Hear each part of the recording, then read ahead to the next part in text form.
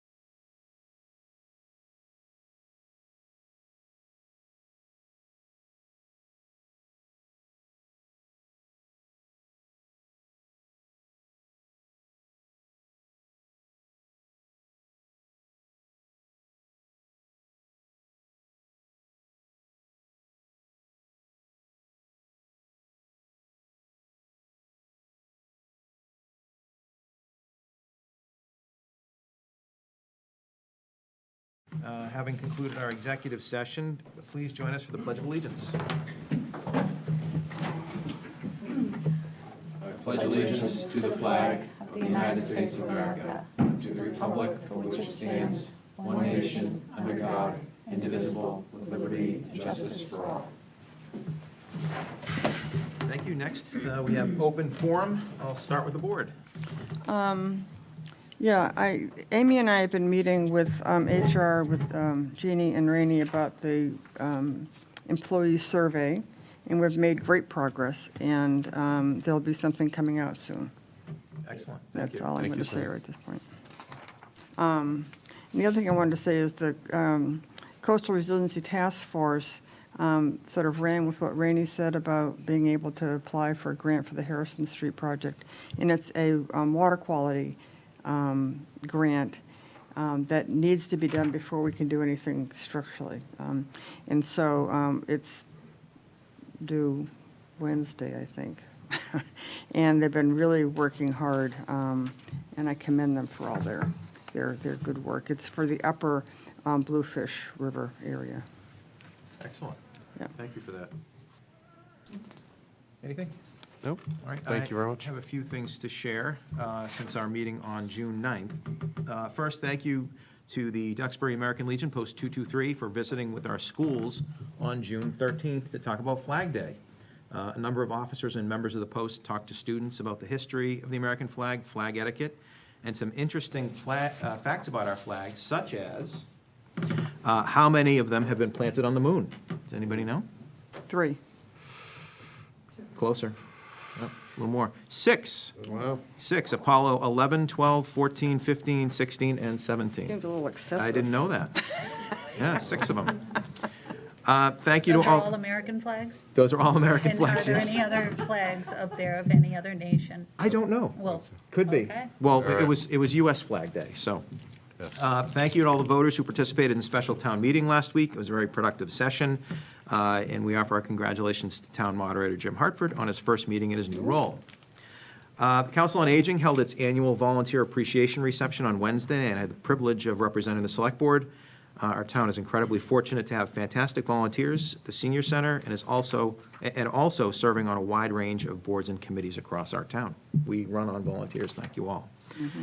Mass DOT had a very informative public forum on Wednesday evening concerning the Powder Point Bridge replacement, and the residents in attendance asked some excellent questions.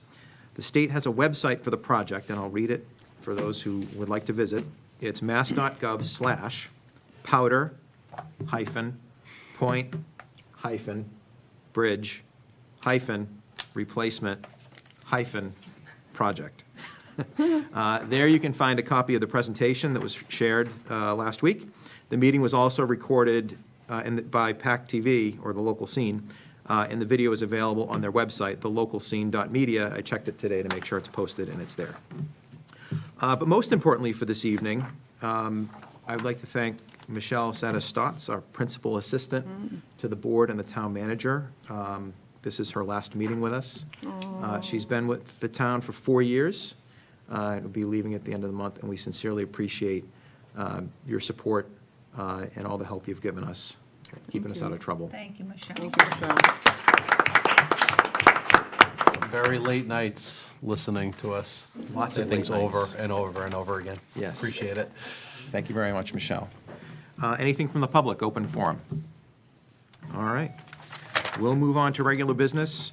And with the board's permission, I would like to take things out of order, and we have everyone we need for the DiLorenzo Farm matter. So I'd like to advance the acceptance of donations for the DiLorenzo Farm from Pat Loring and Kathy Cross.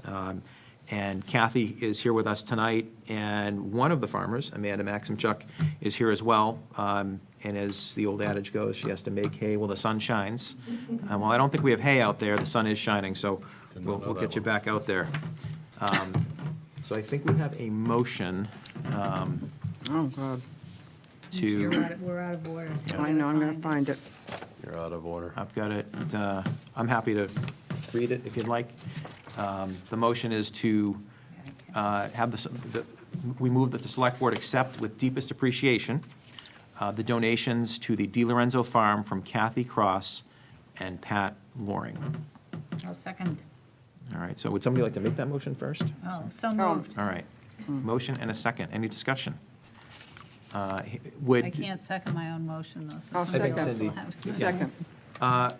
Amanda or Kathy, would you like to speak to this at all? Amanda, maybe you'd like to say a word about the farm and how these funds might be used?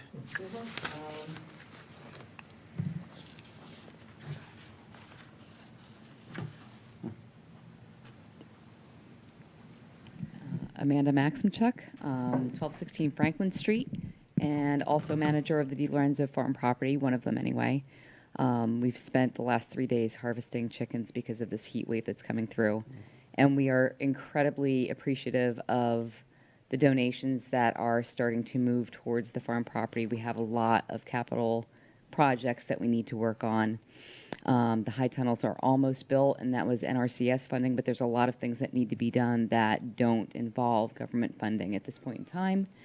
And there are people who have been visiting the farm and see the progress that we're making, and they want to help because they believe in what we're doing. So I appreciate it.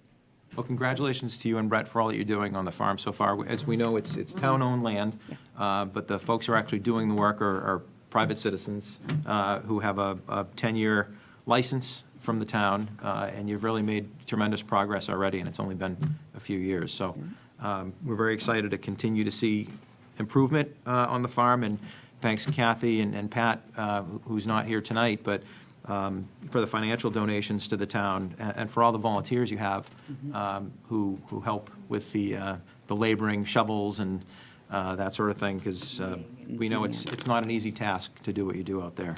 Yeah, we could not do this without the volunteers that we have and with the donations that are being made. So this is very fortunate.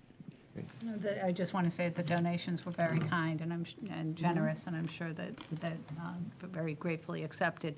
I would like to find out how are the dinners that that you recently asked to have there? How are those going? They've been hugely successful, very well received. The first one was, of course, nerve-wracking because we haven't done anything like this before. And everybody loved it. H. Cole is an amazing caterer. Elle did a fantastic job. She does all of the cooking, almost all of the cooking, on an open grill fire that has been developed on the property. So everybody can see their food as it's being made, and it is absolutely delicious. So we have more people coming. The word is spreading. Father's Day was a little bit lighter than we expected, but not light by any stretch of the imagination. And we're looking forward to the next events. Well, So if they were at the farm today, they might have seen more of their food than they'd wanted to. But Well, that's what I was saying. wondering. yeah. So the harvesting is not moving them somewhere else? The har- No. In No, a the way- harvesting does in a- actually, the harvesting has to be done at our house right now because Yeah. there's no running water or electricity at the property. So, they go for a little truck ride and they're very well taken care of, but it's much better than having them sit through this heat because they just do not do well in the heat at all. Yeah. So Now they're nice and cool. now they're nice and, Oh, yes, God. well chilled. I don't know what, I Oh, was God's hoping sake. they were going to a cool place, but Yes. chickens. And they did. Yeah. All right, Great. enough of that. All right, so thank you very much, Amanda. Thank you, Kathy. And thanks, Pat. I'm sure she's watching. We have a motion and a second. Any further discussion? No. Hearing none, I will call for the vote. All those in favor? Aye. Aye. Opposed, abstentions, the motion carries 4-0. Thank you very much. Thank you. Thank you. All right, next, we will move back to our regular agenda. Water and Sewer Commissioners, we have a discussion and approval of abatement commitment number 4. Mr. Cloud. Don't we have to go We in have to as go in. water Yeah, we commissioner? have to Oh, read that's right, some yeah. water first. Cindy, do you have I something? move. Thank you. I move that Select Board adjourn the meeting in order to meet as Water and Sewer Commissioners with the intent of reconvening as the Select Board afterward. Is there a second? Second. Second. Well, all right, any Sorry. discussion on the motion? I believe we need a roll call on that, yeah? Or Yeah. no? Doesn't say, Does it but Yeah, I think so. Let's do a roll call. Cindy, I. Amy, aye. Brian, aye. Michael, Okay. Poof, now we're water commissioners. Now you can, go right ahead, Mr. Cloud. Mark Cloud, Water and Sewer Superintendent. I have 13 abatements, and none of them are for water that's used or gone through the meter. They're all because of field operator error or admin error over the past 10 to 15 years. As the meters fail and we go out and replace them, that's when a lot of times we find the problems. And then the resident will get the large water bill and they'll call, and we'll have to figure out what went wrong, what caused it. And then we tell them, an estimate of what we think the bill should be, and explain that we have to come to the board to get the final approval. So they haven't paid any of these amounts of money. They're still waiting for the final amount that they need to pay. Okay. And questions before Yeah, I ahead, think Mike. that's a Yeah. big clarification here, Yeah. because it's a big number. Yep. Yep. So this is huge. pre-bill, so the town's not gonna be putting out any money on this. No, none of these the bills have been paid. Okay. I always wonder why we need to do this as water commissioners. I appreciate you bringing it to our attention, but it's, It's an excellent question. I have an answer for you. go ahead. Because the department that issues the bills cannot unilaterally modify those bills, even if it's an error. It has to come to a second authority for a check for audit purposes, and that is us. So that's why it comes to us, even though it's administrative and you would think they could just fix it. General laws. Yeah. So I have a bit of a more general some of these, although we aren't giving money back that we have received, some of these bills, indicate that the meter was picking up on the neighbor's meter as well, or that the meter wasn't being read, and, some of these are a lot of money. And in some cases, it would seem, by looking at this, and this is where I'm hoping you're going to correct me, that there has been water in this amount used either by the user or the user and other neighbors where the meter's picking up other readings. And while, certainly I'd be horrified if I received a $6,000 bill, but if somebody's used $6,000 worth of water, are we figuring out where we're going to collect it? So somebody didn't use the 6,000. So a lot of the cases, there's two houses, and they got recorded as the same radio number. So one house may have started out at one number, and then the other house a different number. And we've been billing off of that neighbor's radio the whole time. So then when we get into the first house and we get an actual reading off the water meter, that's when we realize that there was a problem. And we're able to look and see that this neighbor had the same billing, for 10 years. It's crazy. Well, But So we're able to correct the amount of water that they used when we discover the problem. I guess to follow up on Amy's question, did someone get a break by $6,000 over the 10 years or 5 that's years? what I'm wondering. No, they didn't get a break. Can you explain that? So if they actually use less water. So if anything, they would have overpaid because they're paying for their neighbor's water. Did the neighbor get billed? That's what I'm wondering. That's what I'm wondering. Did we capture that cost from the neighbor? The neighbor was billed correctly, Okay. but the first house wasn't billed correctly. And we found out that we actually overbilled him over the years. Okay, because there So was, then when we get the final number, when we change out that meter that's not working, we're able to correct the amount. How could somebody go for 10 years and not, and not say something, Say not something. call. They don't realize they're getting a regular bill because the same regular bill that their neighbors are getting. but, So it's not until we change out the meter and realize that we're getting a different reading. That's when we discover the problem. So I know with taxes, with property taxes, abatements only go back a certain, I think it's 3 years. I think it's a shorter amount of time. Do we not have some limitation on how far back? Like, again, do we have a limitation of how far back So we need? we're not going back on any of these more than 6 months. So Okay. we're going back to the last read. But some of them speak to 10 years of getting, Yeah, some of these problems we discover is been since 2011, 2012. And for the public that's listening to us, I mean, this is a significant amount of money, $80,000 plus, so we're trying to just ask the right questions. Right, and I think the key issue that both you and Mike have honed in on rightly is, has there been finished water delivered to premises someone. that has not been paid for? And I think the answer is no. Right. Right, okay. All right, and then it is a very large number on paper. My understanding, and I spoke with the finance director ahead of this meeting just to make sure I was clear on some of these things as well, is that this is an academic or administrative exercise at the moment, because there were erroneous calculations made based upon faults in the equipment, and that this is not, to Amy's point, money that has already been paid to the town or would need to be refunded. This is just fixing some numbers. Yeah, and no, billing we've it spoken to correctly. all these residents, and they questioned why the bills were so high, and we went back and found out what the cause was. Okay. Any other questions? All right. May I have a motion? One more thing. yeah. So we also need to abate the late fees, because they're waiting for us to give them a final amount. So on these 13, there would be a $25 late fee. Okay. Is that included in the $80,000 number? Nope. It's not. Do you have a revised number for us? Okay, Is it 13 times 25? yep. 13 times 25. So that's because these bills, Because we couldn't give them a final bill amount, because we had to get approval to abate this amount. 325. All right. So okay. So you had to charge the fee because it was 125. late, but it wasn't late because of them. Right, it was automatically billed through Okay. them. All right.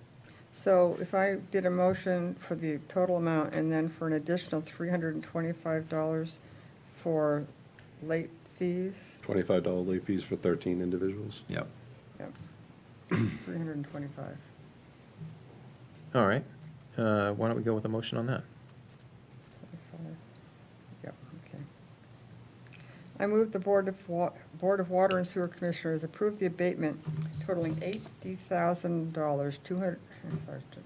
$80,236.58 for past reading corrections and an additional $325 for late fees at the amount of $25 for 13 customers.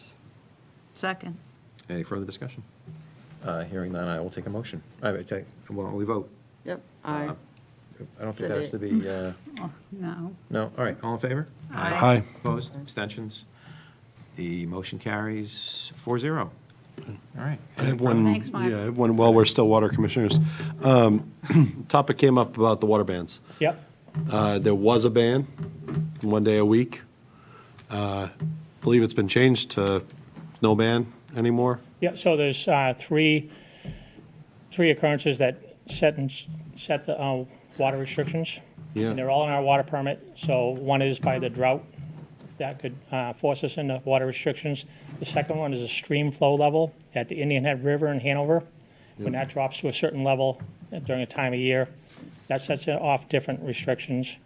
Then we also have the time of year, May 1st through September, we have normal water restrictions.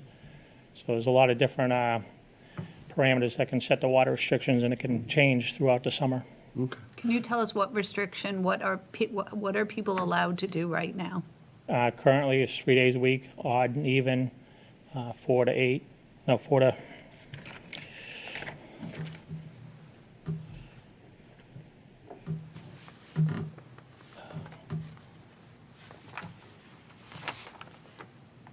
it's, yeah, 4 to 9 and 5 to 9 in the evening.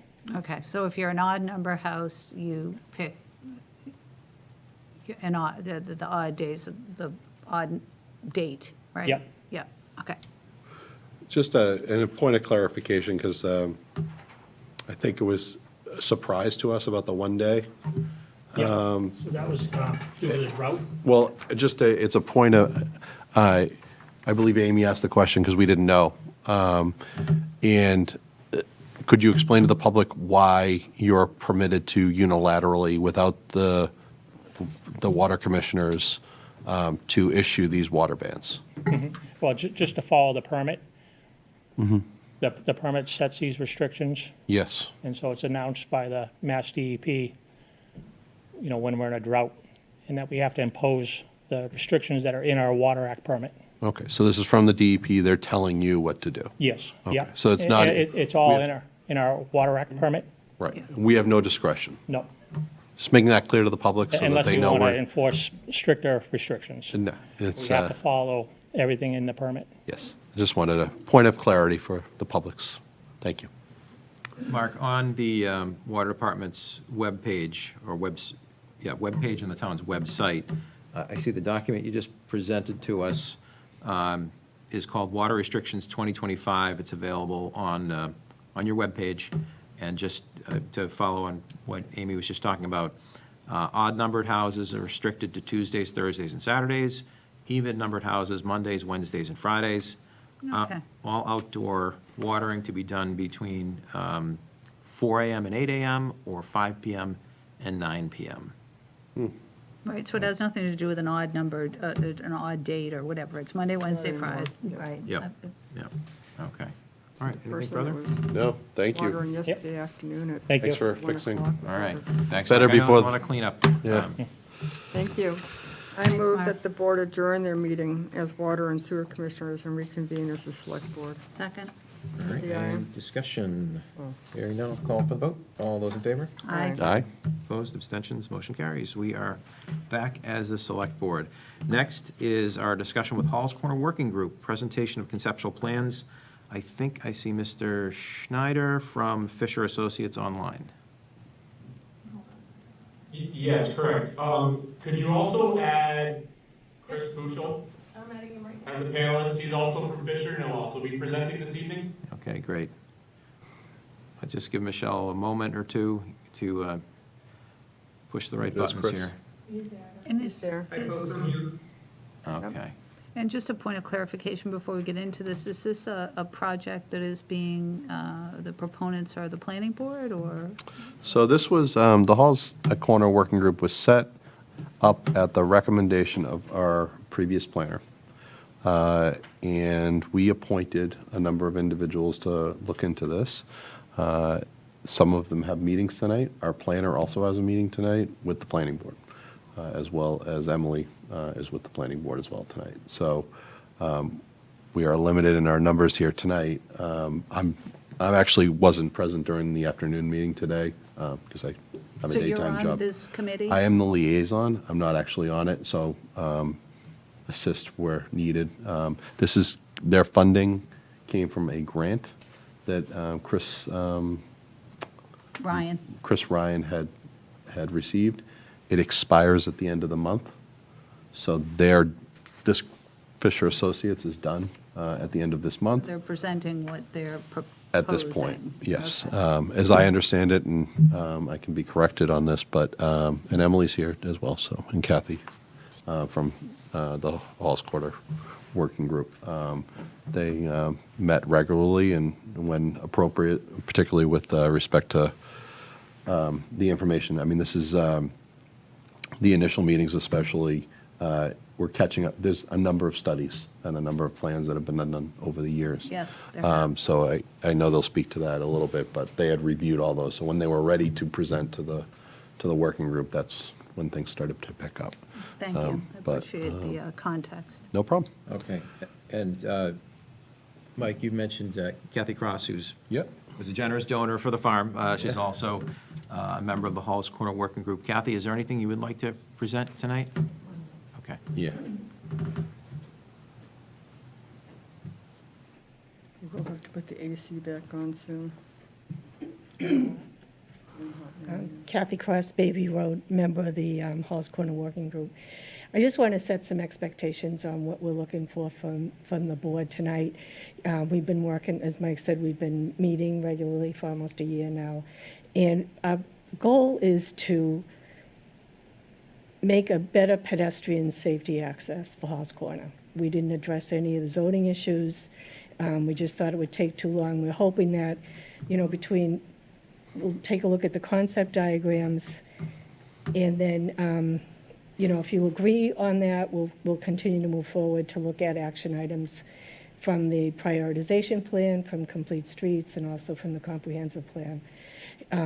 Nothing is set in stone. We have not done a lot of vetting. We got some initial feedback from the fire, police, and the water superintendent. So we have a lot of work to do still. So we just want to get a sense from you and the public on what it looks like right now. Okay, Does that make sense? it does. Yes. Thanks. Any comments from the board before we No. kick it off? All right, who would like to start? Hi, everybody. I'll start and then I'll hand it over to Chad. Okay. So my name is Chris Kushel, so I'm with Fisher Associates.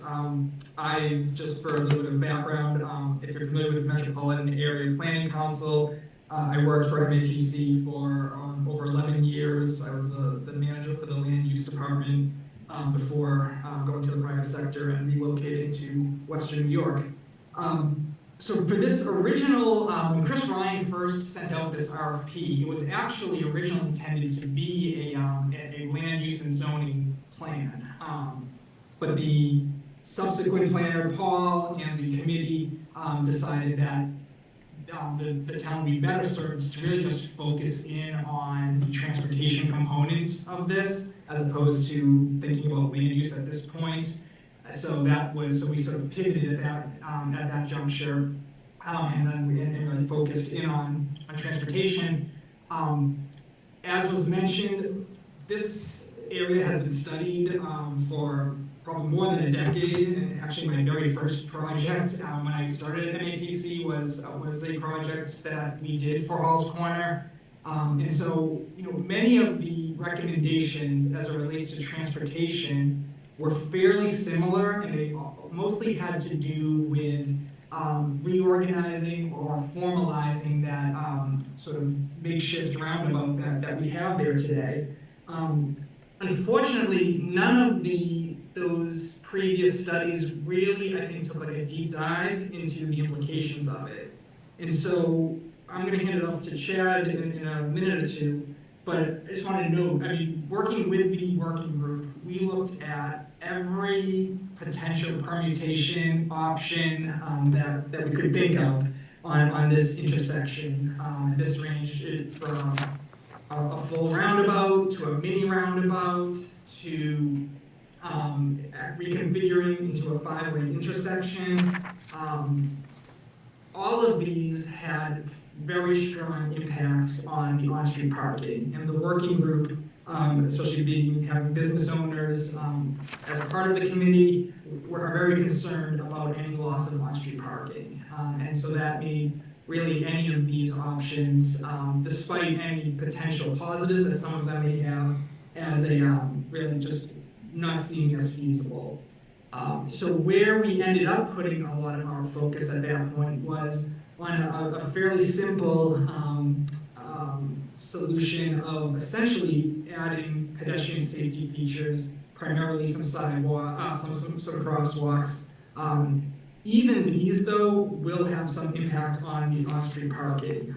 That's just due to the Mass DOT standards in terms of how far away crosswalks need to be from the parking spaces. So we've done our best to minimize those impacts. As Kathy just stated, this hasn't yet been vetted to the public. It's more to see from the town if we want to continue exploring this concept and making refinements along the way as you do that. So with that, I'm just going to hand it to Chad, and I think Chad just will share his screen if he can, and just show what this sort of concept looks like, and then we can take your comments and questions. Thank you, Chris. Hopefully everyone can see my screen. Yes. Yeah. Perfect. Okay, so like Chris said, we looked at a lot of different options here, some different intersection configurations and things. And one of the things that we noticed was missing was, besides the crosswalk at Bay Road and Washington Street, there weren't any defined crosswalks for people to get around the intersection. So what we were looking at is where can we provide those and have the least impact on parking. So we know how much parking is important, especially in a town center and a commercial area like this. So there are some spaces that will not be used as parking in the future if this were to go in, and part of that is because you're not allowed to have parking within 30 feet of a crosswalk for safety reasons for pedestrians, so that the pedestrians can be seen and they can see the cars and the cars can see them, so that everybody's out in the open and safer that way. So this is the layout we had. The dark gray areas like this are sidewalk reconstruction, so we can put in a curb ramp and a detectable warning unit based on ADA requirements and things like that. Some of the spaces that would be lost is this one right here in front of Dunkin' Donuts. There's one here in front of Hall's Corner.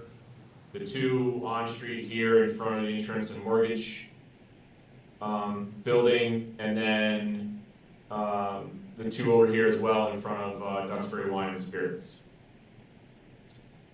So with the working group, we talked about this, and in order to offset the parking a little bit, the Girl Scout house is about 300 feet up Washington Street from the edges of Depot and Standish. So it's not that far, it's about a football field. So what would help is with this, you would want to put up some wayfinding signage to alert people to where the Girl Scout house is. And that Girl Scout house has approximately 14 parking spaces to help supplement this intersection and the commercial areas here. One of the other things that this will do is we would make this an entrance only into here to help out with, because there isn't enough width here to allow 2 lanes of traffic and a walkway for people to get through. And one of the reasons we moved this one down Chestnut Street was to help out with to help reduce the impact to the existing parking spaces over here. We would have removed the use of another 4 or 5 spaces if that was the case. So we decided to move it down Chestnut Street to allow for that parking to be used. Are you looking for comments as we go? Or yeah, what- go how right would you ahead. like to- So I guess a couple things right off the bat that I would be concerned with is, I'm not sure people are going to walk down Chestnut Street to cross the street. I just don't think they're going to do that. And I also don't think that, they're going to park at the Girl Scout house to get a cup of coffee at Dunkin' or run into Doss's, convenience store. So those are just my thoughts as right off the bat. Mike? Along the same lines, I mean, that is probably one of the hairiest kind of, where you see kids running across right from the convenience store to Dunkin's or vice versa. What part of these plans includes changing signage as far as stopping and entering a rotary and things of that nature? What is there any part of this planning that includes that? Not in this alternative here. It would stay the way it is today, with the stop conditions the way they are. One thing we did do, we did move the one back behind Washington on Washington Street, move the stop bar behind the crosswalk. Otherwise, that's a mid-block crossing, and you have to do other things there. It's more safe to have them in front of the stop bar. Yes, people would have to stop and then inch up, but they would be required to stop before the crosswalk. Okay. In that case, and the same on these other 4 approaches as well. Okay. So it would just be, the free-for-all would be at the convenience store and Dunkin's, you'd still have people kind of slowly going, there's no stop sign there, so they'd just be going by and hoping that nobody's going to run out from one to the other. So, all right. I have a question. Mayor, Is it? Sorry, go ahead. Go ahead, No, Cindy. were you going to respond to that? Or can I go and ask a question about something different? Go ahead. Okay. Behind the Chestnut Street Grill, where you have made, suggested a one-way traffic, coming off of Bay Road, is it also one-way there, or is there a point somewhere in the middle that one-way becomes two ways? If I'm making myself clear, which maybe I'm not. Yeah, it's roughly right about here is where that would come. There would need to be some additional pavement markings on the road, and we can add those to these for when we submit the package to the town. But yeah, you would have to keep it up to a certain point until you get the width, which would probably be about the edge of the building back here on the corner. And then it can be two-way, so people could still go into that area from Bay Road. Correct. That was the intention. Okay. Any thoughts on improvement to the Girl Scout House parking lot to maximize those spots? What's wrong with them? I don't know. There's a lot of space over there. Well, this is just one of the, what, No, I was 3 just- different no, I- pages that, Yeah. No, I was just wondering. Oh, yeah, so, Chad, if you'd like to continue with either this page or the next couple, go right ahead.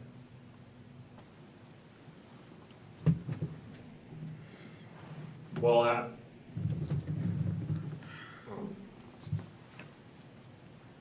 our plan was just to show this one this evening to Oh, you guys, okay. because this is the one that the working group and us had decided to show you this evening. All right, As what we we received 3 in our had on. packets. All right. Got it.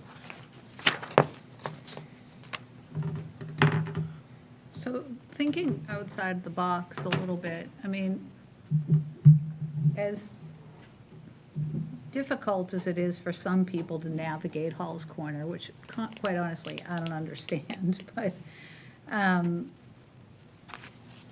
think if you asked the majority of the people in town, they would like the least amount of change as possible. However, it being the priority for pedestrian access, is there any way to significantly reduce the speed limit going in there? Like first putting a stop sign at every entrance into the corner, and then once you've even stopped traffic, then have a significantly reduced speed limit as you navigate Hall's Corner, and marking the entire road as and having pedestrians have the right of way, just having, big lanes, carved out, or the whole thing, pedestrians have the right of way. The cars have to yield to the pedestrians. I mean, there's no perfect places for crosswalks here that won't interfere with the parking spaces. I don't know. I'm trying to think outside of the box. And I had the same kind of idea too. I mean, I think a big part of this is you've got folks, especially that don't know the area, that whip through there pretty quickly. I think people that have kids out there, they're looking 7 times just to make sure nobody's running across the street. Is there any ways to reduce the speed naturally, whether it's like a rumble strip or some kind of cobbling, or making the circle in the middle bigger or smaller? I don't know if are there any traffic calming measures that can be done? In an intersection like this, I think it would be a little difficult to do that without impacting traffic more than we already have, which was one of our goals was to keep as much parking here as we could, given, excuse me, the businesses that are located here, so that people could park and patronize the businesses. That being said, you could set a speed limit for the intersection similar to roundabouts, which are set at usually, I think, 15 miles an hour to navigate the roundabout. So would you have a similar situation here as well? So that would also apply here. So you could do something. You could reduce the speed in there. As far as making the whole intersection pedestrian dominated with them having the right of way, I'm not sure of standards that would allow for that to happen without making the whole intersection a crosswalk. Because as vehicle and traffic laws state, you need to yield for people within the crosswalks. But if they're not within a crosswalk, then you still should yield to them, obviously, for safety reasons. But by law, they're not required to.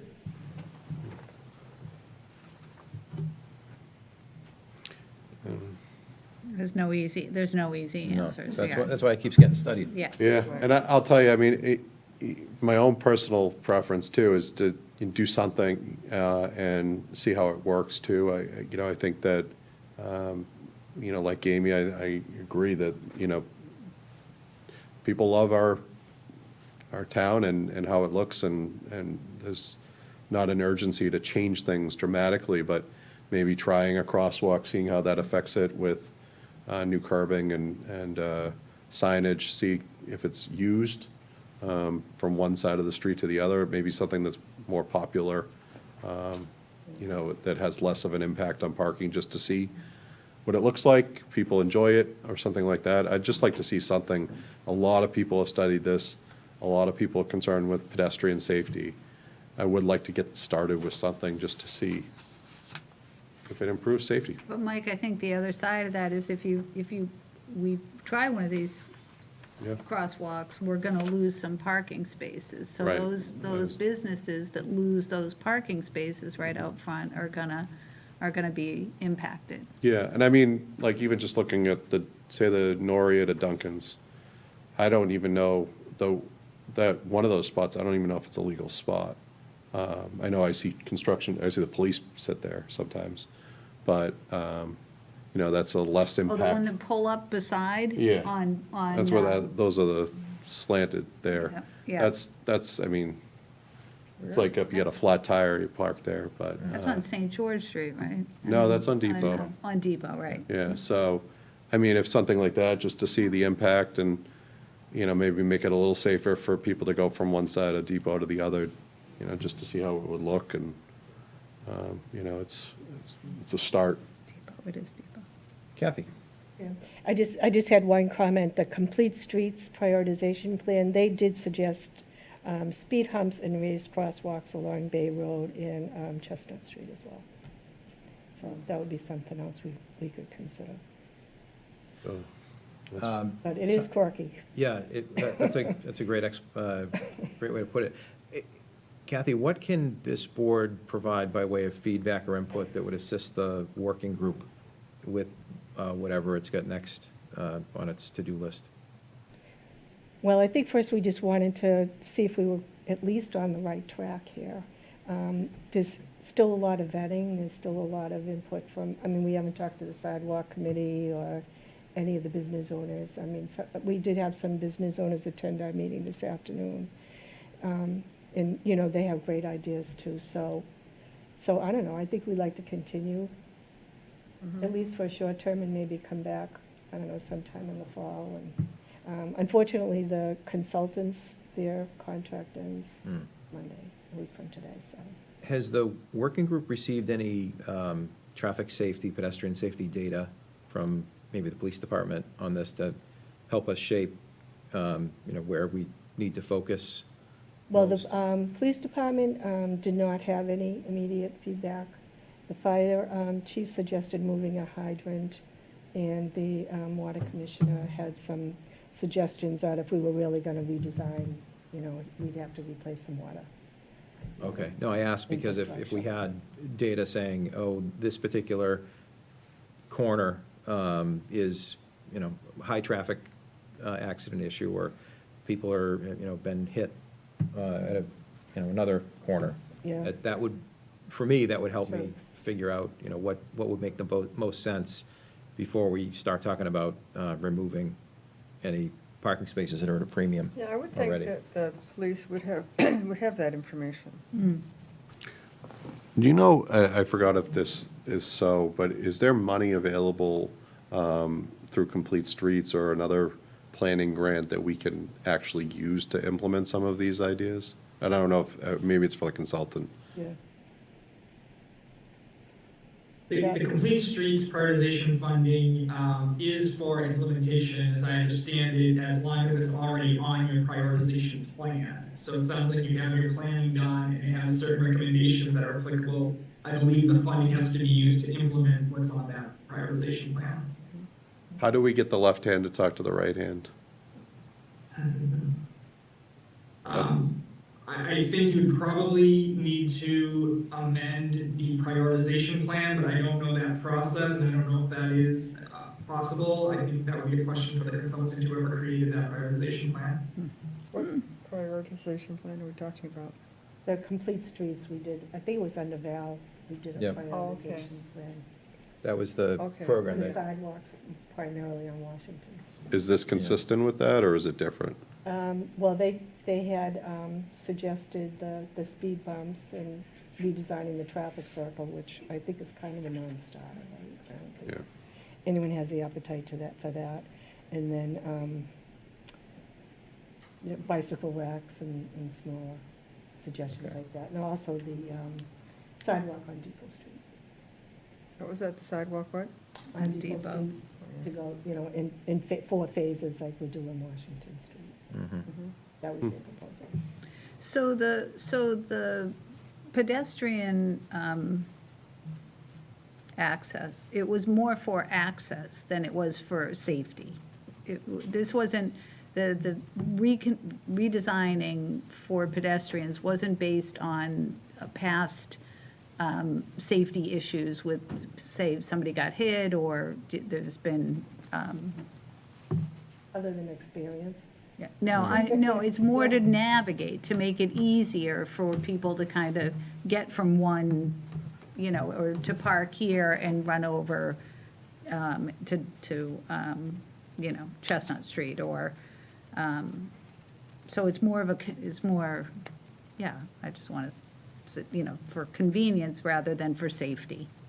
Well, I think it's safety to be able to cross in a crosswalk, I think. No, I don't disagree, I'm just trying to, No, but it's not like incidents, traffic. Right, incidents. because That's what you're kind of what Brian was saying was if there had been, 4 people hit at one intersection, then we'd be more focused right there and say, well, this is what we need to do with that. But this is, more for ease of pedestrian and car traffic. Yeah, to make it clear where pedestrians would cross, I think. Yeah. all right, further questions or comments No, I from the think it board? looks interesting, it's a good beginning. Anything from the public? I can't see if there's anybody else online with a hand up. Presume there's nobody, Michelle? Okay. Good, thank you very much. All right, All right, thank you, appreciate it, Kathy. Kathy. Guys, thank you Thank for you, your everybody. help and All right, all the thanks, work. Chad and Chris. I can't see you, but I think we're all set, unless Thank you. unless there's anything else you'd like to share with us. No, just thank you for the time tonight, and I just wanted to let you know that we have this in our report format that we'll be sending at the end of this week or early next week, so you'll have kind of the full narrative, including the alternatives that we had looked at, just so you have the complete package as you move forward with this. All right, terrific. Thank Thank you you, so much. appreciate it. Thanks, Emily. Thank you. All right, next, we have a discussion and vote to extend the moratorium on new earth removal permits. We have materials in our packet. Sorry, Cindy, what was that? Well, that's fine, I didn't know whether we could do beach lease and let Chris go, but I have an event as well.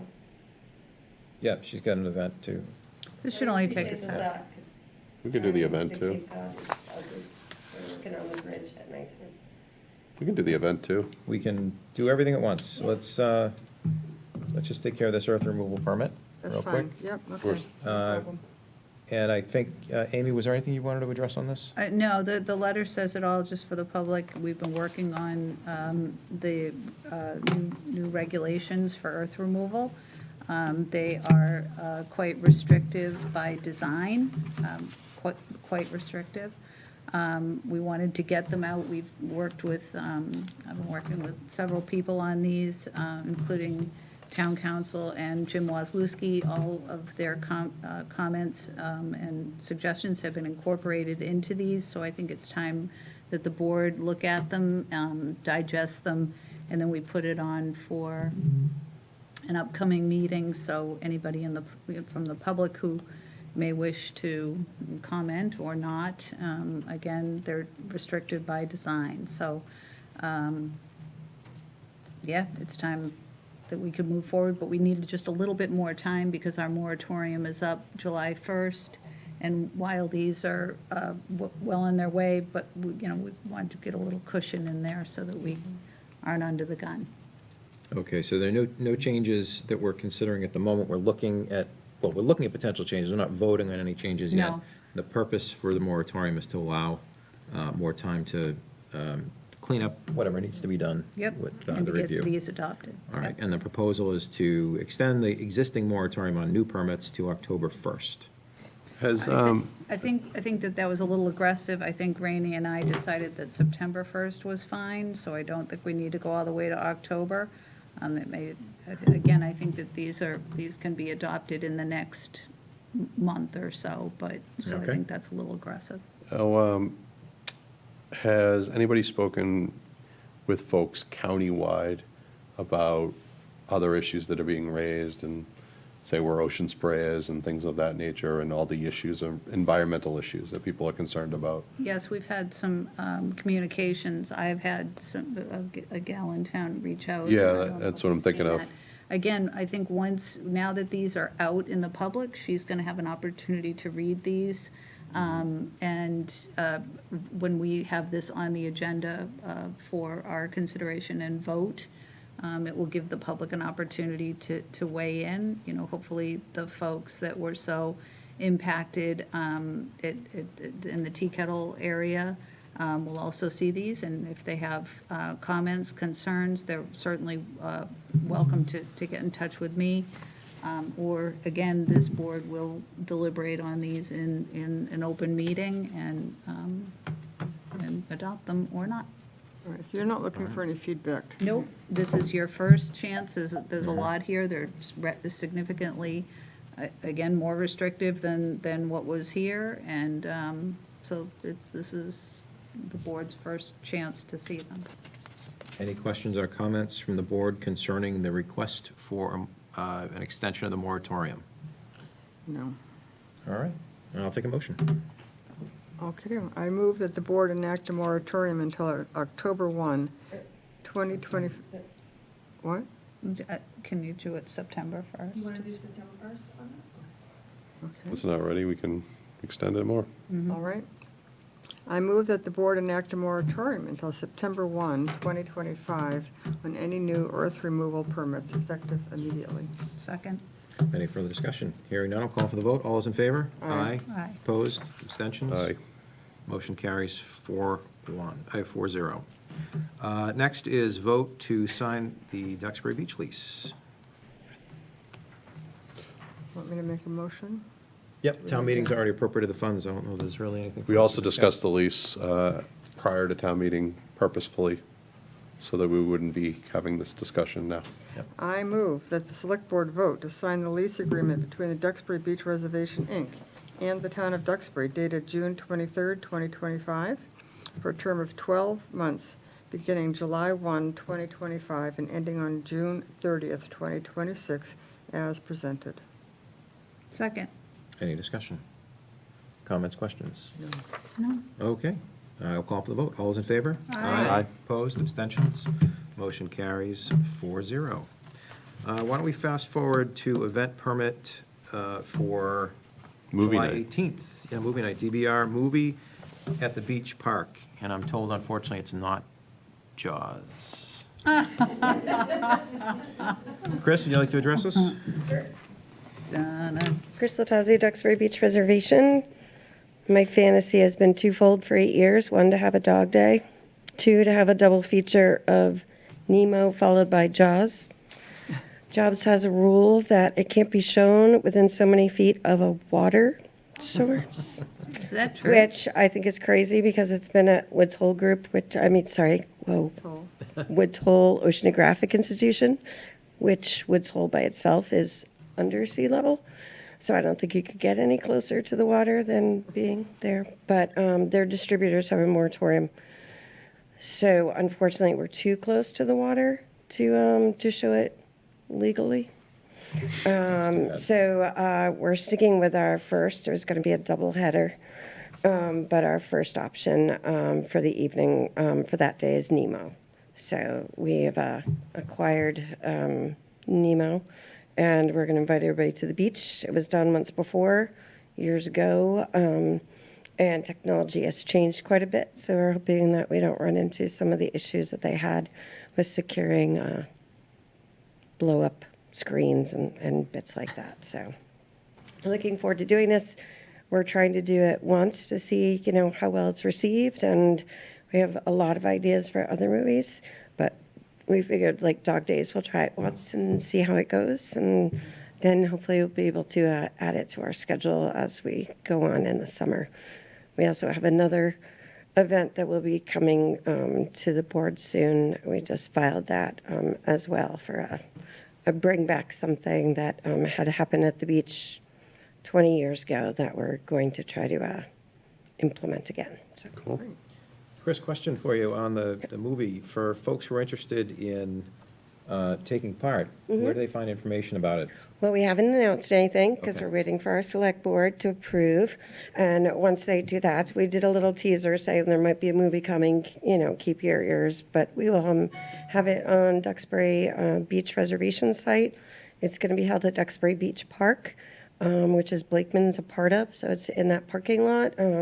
We've already kind of done some figuring out of where the cars are going to be, where the people are going to be, and how to keep them separate, and if people want to go to Blakeman's that day. So it's a little bit of logistics, but we'll be announcing it the minute you say yes. All right. We have a newsletter that'll be going out. It'll be on social media. We're still kind of bouncing around registration for it because we want to have an idea of how many cars. But we handle about 1,300 on any given hot Saturday. So I'm sure that we can manage this. All right. Any other questions from the board? Any questions from the public? All right, may I have a motion? Yeah. I move that Ms. Chris Latazzi, Executive Director and as a representative of the Duxbury Beach Reservation, Inc., is granted permission to hold their DBR's Movie at the Beach on Friday, July 18, 2025, at the Duxbury Beach Park from 7 p.m. to 10 p.m. upon the conditions of the permit. Second. We have a motion and second. Any further discussion? Hearing none, I'll call for the vote. All those in favor? Aye. Opposed, abstentions, motion carries 4-0. Thank you. All right, good luck. Can I thank you? Moving schedule, Michelle. Thank you. All right. All right. We don't have folks waiting for other things, right? Okay. It's the news. That's all right. Always We can happy give to some have more of that. appointment of Select Board member to Plymouth County Advisory Board. Do we have to abstain? We won't have a quorum. I don't think so. I'm just kidding. Gotcha, Michelle.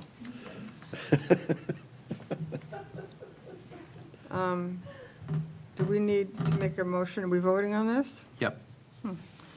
So I move to appoint Michael McGee as the delegate and Brian Glennon II as an alternate to the Plymouth County Advisory Board. Second. All right, any discussion? This is your chance to get out. All right, I'll call for the vote. All those in favor? Aye. Opposed? Abstention? The motion carries 4-0. Next, we have a number of committee appointments, reappointments, and some resignations. I move that the Select Board appoint the following persons to the Conservation Commission. This is Nathan Kelsel to fill an unexpired term expiring 6/30/28. All the rest of them are reappointments. So I move that the Select Board reappoint the following people to the following boards. To Affordable Housing Trust, Martha Himes, term ending 6/30/2027.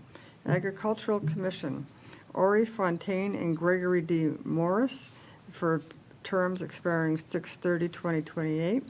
To the Coastal Resiliency Task Force, Nathan Kelsel, for a term expiring 6/30/2028. To the Conservation Commission, Holly Morris and Corey Wisniewski, for terms ending 6/30/2028. Community Preservation Commission, Chris Andrew, Tag Carpenter, Holly Morris, and Nicole Bree Liang, for terms ending 6/30/2028. I apologize if I ruined her last name. The Fiscal Advisory Committee, Beth Halligan, for a term expiring 6/30/2028. Highway Safety Committee, Philip Tuck and Neil Frangish, for terms ending 6/30/2028. And to the Municipal Commission on Disabilities, Patricia Cristoforo, for a term ending 6/30/2028. Second? All right. I had mentioned during open forum that the town runs on volunteers, and it's just a small number. It's a small Even though it's a number. large list, it's a small number of the overall number. So thank you, everybody, for stepping up. Any discussion on the motion? Hearing none, I'll call for the vote. All those in favor? Aye. Opposed? Abstention? Motion carries 4-0. Okay, and then just to announce some resignations, we thank these people for serving on their committees. Affordable Housing Trust is Diane Bartlett. Conservation Commission is Thomas Gill III. Fiscal Advisory Committee, Adam Earl. And the Municipal Commission on Disabilities, Elika Daddison Foley. All right, thank you all. The following boards and committees have available seats. The Conservation Commission has 1 seat. Design Review Board, 1 seat. Duxbury Cultural Council, 1 seat. Economic Advisory Committee, 2 seats. Nuclear Advisory Committee, 1 seat. And the Taxation Aid Committee, 3 seats. If anyone is interested in volunteering on a board or committee, you are encouraged to fill out the Talent Bank form, which can be found on the town's website under the Forms and Documents tab.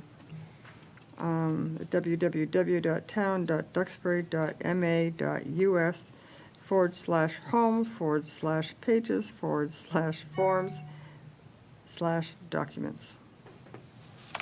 Thank you. Next, we have a one-day liquor license, the Duxbury Writers Society Open Mic Night. Can't see from the screen here whether we have anybody to represent. No? Okay. Nobody's here.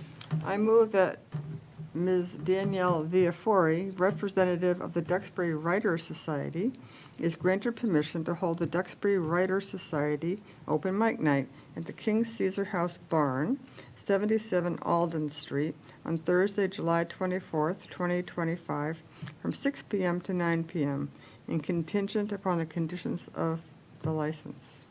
Second? Any discussion? Hearing none, I'll call for the vote. All those in favor? Aye. Opposed? Abstentions? Motion carries 4-0. Next, under event permits, we have June 29th, 2025, Holy Family Church Blessing of the Fleet.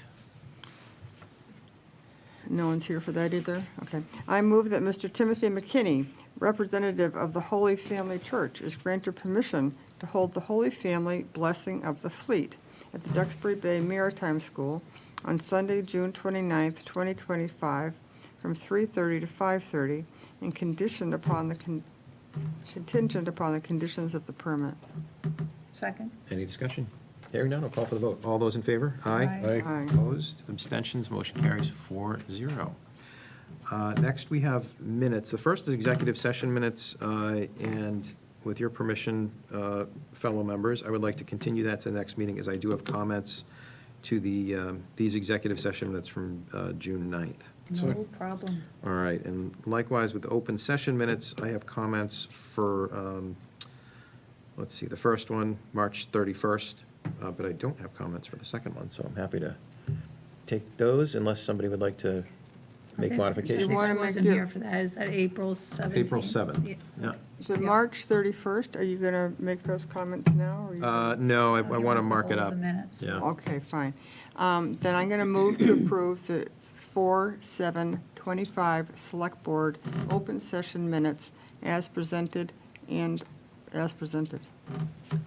Second. We have a motion and a second. Any comments, any discussion?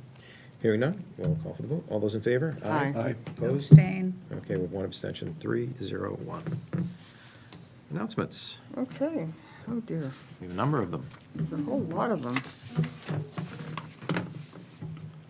1, office closure, July 4th holiday. Town offices will be closed on Friday, July 4th, in observance of the holiday. That is not a big surprise. 2, Duxbury Town Hall hours will change as of July 1st, 2025. Starting July 1st, 2025, Duxbury Town Hall offices will be open to the public during the following times: Mondays, 8 a.m. to 7 p.m., Tuesdays, Wednesdays, and Thursday, 8 a.m. to 4 p.m. Although Town Hall will not be open to the public for walk-in traffic on Fridays, employees will be at Town Hall and they will be working and having the ability to receive and respond to emails and phone calls.